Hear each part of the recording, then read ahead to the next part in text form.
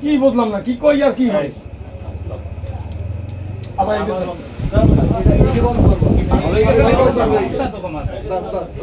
মাথার উপরে এটা ছাড়ি দিন ওটা স্যার আগে ওটা ছাড়িয়ে দেয়া আর শুরু হইলে পিছনে চলুক ওটা সমস্যা নাই, এইটাই শব্দ হয়, এইটাই সাউন্ড টানবে। এটা সমস্যা নাই। আর পিছন দিয়ে কেউ কথা না বলি শুরু হইলে পর তোমার স্থানে রাখছো এই যে লাইভটা রেখে দেন। লাইভে গেছেন ওকে শুরু বিসমিল্লাহির রহমানির রহিম। প্রিয় সাংবাদিকবৃন্দ, আমাদের এই ষষ্ঠ ধাপের উপজেলা পরিষদ নির্বাচনে আপনারা জানেন আমি মোটরসাইকেল মার্কা নিয়ে নির্বাচনে প্রতিদ্বন্দ্বিতা করছি। বাংলাদেশ সরকারের মাননীয় প্রধানমন্ত্রী জননেত্রী শেখ হাসিনা অবাধ, সুষ্ঠু এবং নিরপেক্ষ একটি নির্বাচন অনুষ্ঠানের জন্য নির্বাচন কমিশনকে নির্দেশ দিয়েছেন। নির্বাচন কমিশন সেই মতো নির্বাচনের আয়োজন করেছে। আমাদের জেলা প্রশাসন, উপজেলা প্রশাসন সম্পূর্ণরূপে একটি অবাধ, সুষ্ঠু এবং উৎসবমুখর নির্বাচন করার জন্য সব সময় তারা সচেষ্ট রয়েছেন। আমরা নির্বাচন কমিশনের আদেশ নিষেধ ব্যক্তিগতভাবে আমি প্রার্থী হিসেবে পালন করি। আজকে আমি অত্যন্ত দুঃখের সাথে আপনাদের জানাচ্ছি, একজন প্রার্থী তিনি এই উৎসবমুখর নির্বাচন নষ্ট করার পায়তারা করছে। আজকে আমি চারাখালীতে আমার প্রধান বৈঠক ছিল, সন্ধ্যা পর্যন্ত আমি সেই বৈঠক করে নামাজ পড়ে আমি রাজপুরে আসার পর শুনতে পেলাম মিরের হাটে আমাদের কর্মীদের উপরে প্রতিপক্ষ আফরোজা আক্তার লাইজু দলবল নিয়ে আমার সমর্থকদের উপরে হামলা করেছে। সেই হামলায় তারা রামদা, লেজা এবং পেটা পর্যন্ত তারা ব্যবহার করেছে। এই হামলার সাথে হামলার প্রধান ব্যক্তি হলো ওই ইউনিয়নের চেয়ারম্যান পারভেজ, তার সাথে আমিন মেম্বার এবং তার আরেকটি ভাই আছে শাহাদাত নাকি, আরো আমি এখন পর্যন্ত সব নাম কালেক্ট করতে পারিনি। আমাদের কয়েকজনকে কুপিয়েছে, তারা হাসপাতালে আছে। তার মধ্যে জসিম খলিলকে আশঙ্কাজনক অবস্থায় বরিশালে প্রেরণ করা হয়েছে। আর ৩-৪ জন আমাদের হসপিটালে এখন মাথায় আঘাত, গায়ের কোপ, কোনোটায় পিটান, এগুলো খেয়ে তারা হসপিটালে চিকিৎসাধীন আছে। আমাদের স্থানীয় পুলিশ বিভাগ, আমাদের ওসি সাহেব এবং তার নেতৃত্বাধীন লোকজন সেখানে গিয়ে পরিস্থিতি সামাল দেওয়ার চেষ্টা করেছেন। আমি খবর পেয়েও আমি আমার অফিসে আমি বসেছিলাম যে এরকম একটি অনাকাঙ্ক্ষিত ঘটনা আমি কখনোই আশা করিনি। এরপরে আমি মিরেরহাট যাই। মিরেরহাট গিয়ে আমি সব নেতাকর্মী এবং সাধারণ মানুষের কথাবার্তা আমি শুনেছি। এই অতর্কিত হামলায় জন্য দায়ী কারা সেটি স্থানীয় জনগণ দেখেছে। ওখানে একটি ব্যাংক রয়েছে, সেখানে সিসি ক্যামেরা আছে। একটি দোকান রয়েছে, সেখানে সে সিসি ক্যামেরা আছে। এটি যদি আপনারা পর্যালোচনা করেন কিংবা প্রশাসন যদি প্রয়োজন বোধ করেন, তাহলে সেখান থেকেও পাওয়া যাবে যেই রামদা বল্লম টেটা কাদের হাতে ছিল, কারা আক্রমণ করেছে। আমি বিশ্বাস করি সকল প্রার্থীকেই একটি সংযত আচরণ করা উচিত। এই প্রার্থী দয়াত কলমের প্রার্থী আজকে সকালেও ছোট কবিতা গালিতে গিয়ে আমার একজন পঙ্গু লোককেও সে হুমকি দামকি দিয়েছে। আমি সেই প্রমাণস্বরূপ তার ভিডিও আমার কাছে রয়েছে, আমি আপনাদেরকে দেব। এরপরে তার সন্ত্রাসী সেটিও আমার কাছে ভিডিও আছে, আমি আপনাদেরকে সেটিও সরবরাহ করব। এই ঘটনা সত্যতা প্রমাণের জন্য আপনাদের কাছে আমি নিরপেক্ষভাবে তদন্তের দাবি করছি প্রশাসনের কাছে। আপনাদের মাধ্যমে আমি প্রশাসনকেও জানাতে চাই, দেশবাসীকেও জানাতে চাই। আমি অত্যন্ত দুঃখের সাথে বলছি, গতকালকে মুক্তিযোদ্ধা মিলন কেন্দ্রে একটা বৈঠক হয়েছে। সেই বৈঠকে যেসব বক্তব্য দেওয়া হয়েছে আমি আশা করি সেগুলো সব বক্তব্য আপনারা শুনেছেন এবং হয়তো বা আপনারা ধারণ করে আপনাদের কাছেও আছে, সেটিও আপনারা পর্যালোচনা করে দেখবেন। আজকে সন্ধ্যা বিকেলে আসরের পর পশ্চিম ফুলুহার না পূর্ব ফুলুহারে এই দোয়াত কলমের একটি মিটিং হয়। সেখানে অজ্ঞাত ব্যক্তি, বহিরাগত ব্যক্তি যে বক্তব্য দিয়েছে সেটিও আমার কাছে আছে, সেটিও আপনারা পর্যালোচনা করে দেখবেন এবং আপনাদের মাধ্যমে আমি প্রশাসনকে জানাতে চাই।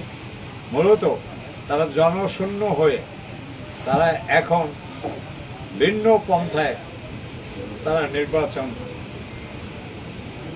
অস্থিতিশীল করার জন্য তারা অপচেষ্টা চালাচ্ছেন। আমি বিশ্বাস করি প্রশাসন অত্যন্ত সজাগ রয়েছেন। আমাদের এখানকার অতিরিক্ত পুলিশ সুপার মহোদয় এবং আমাদের থানার ওসি সাহেব তৎপর রয়েছেন। যারাই এই ঘটনার সাথে জড়িত, যদি এমনটা হয় যে আমার দলের লোক এর সাথে কোনো অবস্থাতে দেয়, তাহলে তারও আইনগত ব্যবস্থা নেওয়া উচিত এবং তারা যদি হয় তাহলে তাদেরও ব্যবস্থা অতি দ্রুত নেওয়া উচিত। তার কারণ প্রশাসন যদি এই ব্যবস্থা নিতে ধীর গতি চালায় তাহলে অবাধ সুষ্ঠু নির্বাচন করা প্রায় অসম্ভব হয়ে পড়বে। আমি আরো একটি কথা বলতে চাই, সরকারের পক্ষ থেকে, নির্বাচন কমিশনের পক্ষ থেকে, প্রশাসনের পক্ষ থেকে যে আহ্বান, বহিরাগতদের এখানে আসার কথা না। আজকে আমি একটা কালো এটি পাজেরও জিপ দেখলাম যাতে ফ্ল্যাগ স্ট্যান্ড আছে। আমার মনে হয় এখানে কোনো মন্ত্রী আসছেন অথবা কোনো এমপি টেমপি আছেন। আমার জানার মতে মাননীয় সংসদ সদস্য আমাদের, তিনি অসুস্থ, তিনি ঢাকায় তার বাসায় তিনি চিকিৎসাধীন অবস্থায় আছেন। আমাদের জাতীয় নেতা তিনি ঢাকাতে অবস্থান করছেন। আমাদের কনিষ্ঠ নেতা তিনিও দেশের বাইরে আছেন। তাহলে এই উস্কানিগুলো কারা দিচ্ছেন? আমার কাছে যে ভিডিও ফুটেজ আছে সেই ভিডিও ফুটেজগুলো আপনারা দেখে আমি প্রশাসনকে অনুরোধ করব আপনারা ব্যবস্থা নিন। যদি প্রশাসন কাল বিলম্ব করেন তাহলে এই অনাকাঙ্ক্ষিত ঘটনা ছড়িয়ে পড়তে পারে। আমি যেরকম উঠান বৈঠকগুলোতে সব প্রার্থীর জন্য আমি ভোট চাই, আমার নিজের জন্য ভোট ভিক্ষা করি, সকল প্রার্থীর জন্য দোয়া কামনা করি, আমাকে ভোট না দিয়ে অন্য কোনো প্রার্থীকে ভোট দিয়ে জিতিয়ে দিলেও আমি তাদেরকে অভিনন্দন জানাবো। এরকম আমার প্রতিটা সভাতেই এরকম বক্তব্য পরে আমার উপরে কেন, আমার নেতাকর্মীদের উপরে কেন এই হামলাটা হলো, এই সুষ্ঠু তদন্ত করে দৃষ্টান্তমূলক শাস্তি নেওয়া হোক, আমি এই দাবি আপনাদের মাধ্যমে প্রশাসনকে এবং জাতিকে আমি জানাচ্ছি। সময় স্বল্পতার কারণে আমি লিখিত বক্তব্য আপনাদেরকে সরবরাহ করতে পারলাম না, কিন্তু আমার কাছে যে ভিডিও ফুটেজগুলো আছে সেগুলো আপনারা দেখবেন পর্যালোচনা করে যে গতকাল থেকেই বিকাল থেকেই রাজাপুরের পরিবেশ অস্থিতিশীল হয়ে আছে এবং এটি আজকে তারা একটি বড় বাজারে তারা এটি এই অঘটন ঘটিয়ে সাধারণ মানুষকে আতঙ্কিত করে তুলছে এবং ভোট থেকে মানুষকে যাতে বিরত রাখা যায় সেই চেষ্টা তৎপরতা তারা চালাচ্ছেন। আমি এইখানে আরো বলবো, যারা নির্বাচন বর্জন করছে বলে দাবি করেন একটি রাজনৈতিক দল, তাদের নেতা কর্মীরাও এর সাথে জড়িত এবং আজকে এই ঘটনার জন্য সম্পূর্ণরূপেই ওই ইউনিয়নের চেয়ারম্যান এবং ওইখানকার মেম্বার এবং তার কনিষ্ঠতা, ওইখানে আরো দুটি ছেলে, আমি নাম আগে বলেছি, তারা এই ঘটনার সাথে জড়িত। এমনকি ওখানে পুলিশের উপস্থিতিতে আমার প্রাক্তন মেম্বার ফারুক মোল্লা সাহেবকে এই দোয়াত কলমের মাত্রার প্রার্থী নিজে চর মেরেছে। আমি যদিও পুলিশকে আমি এই বিষয়ে জানতে চেয়েছিলাম, আপনাদের সম্মুখে এরকম ঘটনা ঘটলো, আপনাকে ওনারা বলছেন আমরা এটা প্রত্যক্ষ করি নাই। হতে পারে ওখানে এই পরিস্থিতি সামাল দিতে গিয়ে হয়তো তাদের চোখে এটা পরিলক্ষিত হয়নি। আমি তাদেরকে মৌখিকভাবে বলেছি এবং লিখিতভাবে বলবো, একজন প্রার্থী একজন আমার পক্ষের লোককে ধরে চর দেওয়ার অধিকার তার নেই। আমি এখন আপনাদের কাছে আমার এই যে ভিডিও ফুটেজ আমি প্রদান করছি। আপনারা দয়া করে আপনারা যে এখন সংবাদটা পরিবেশন করবেন সেই সংবাদের সাথে এই ভিডিও ফুটেজও আপনারা দেবেন। দিলে পরে এটি থেকে প্রমাণিত হবে কারা এই ঘটনার সাথে জড়িত। এবং আমি আগেও বলছি যে এই ঘটনার স্থানের দুই জায়গায় দুটি সিসি ক্যামেরা ছিল, সিসি ক্যামেরায় কিন্তু ধরা পড়বে কারা এখানে আছে। আপনাদের কাছে আমি বলতেছি, এই লাইভ একটা শুনে নেই কি কথা বলছেন। এইটা হলো 11টা সাড়ে 11টার দিকে, 11টা সাড়ে 11টার দিকে।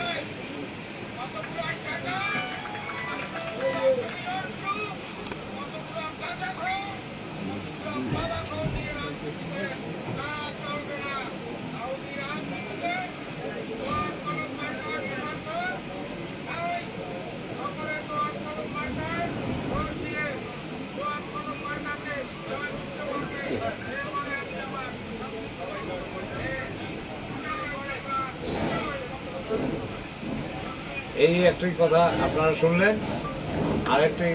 আরেকটি প্রার্থী নিজে কি করতেছেন সেটা আপনারা দেখেন। একটু সামনে সামনে দেন একটু, ক্যামেরাটা ওইটা একটু আগা।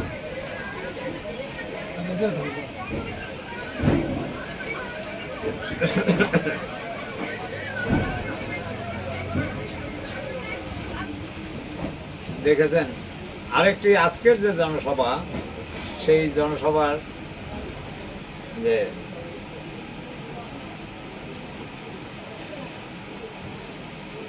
বহিরাগতদের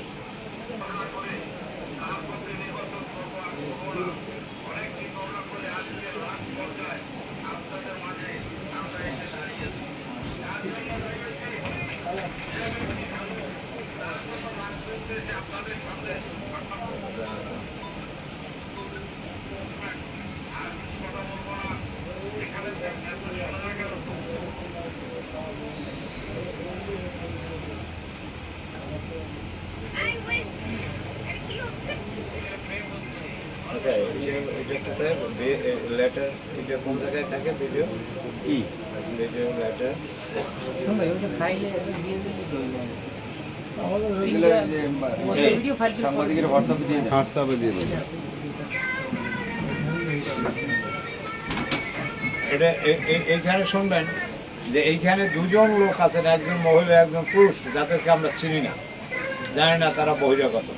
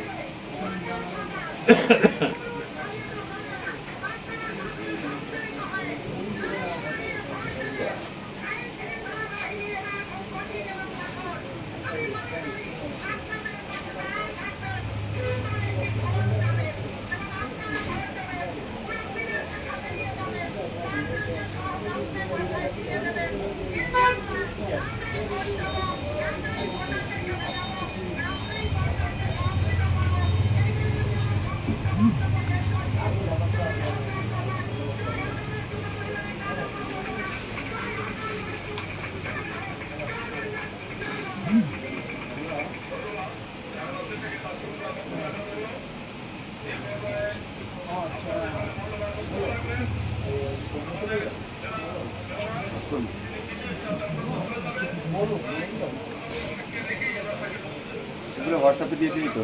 না, হ্যালো।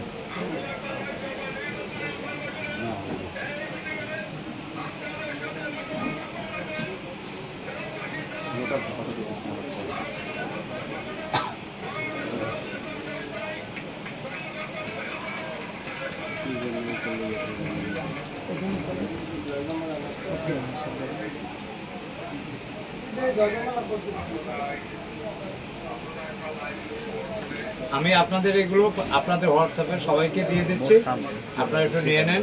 এর বক্তব্যটা শুনলেও আপনারা বুঝবেন যে আজকে এই যে মানে নির্বাচন হিংসাত্মকমূলক করার পিছনে এদের বক্তব্য যথেষ্ট রকমের উস্কানিমূলক। এরপরেও বক্তাদের বক্তব্য আপনারা শুনবেন। আমি এটা আপনাদের সময় নষ্ট না করে আপনাদের ধন্যবাদ জানিয়ে আমার বক্তব্য শেষ করছি। প্রশ্ন আছে কার কোনো? না, প্রশ্ন তো সবই ক্লিয়ার করছেন। গত নির্বাচনে কিন্তু এই আমিন মেম্বারই প্রথম সহিংসতা শুরু করছে গত উপজেলা নির্বাচনে। এবং এই যে মহিলার মধ্যে সুন্দরী এক মহিলা দেখা যায়, এই মহিলাটি পশ্চিম বুলা নির্বাচনে অংশগ্রহণ করে 2011 সালে সেইখানে পুলিশের বহু রাউন্ড গুলি করে নির্বাচন বানচাল ঠেকাতে পারেনি। এই মহিলার নেতৃত্বে, এবং পরবর্তীতে ওখানে পুলিশকে আক্রমণ করে এবং পুলিশ এদেরকে অ্যারেস্ট করে থানায় নিয়ে আসে। থানায় তার রেকর্ড আছে, এবং তখন এখানের ওসি ছিলেন তোফাজ্জল সাহেব, তার কাছে আপনারা জানতে পারবেন।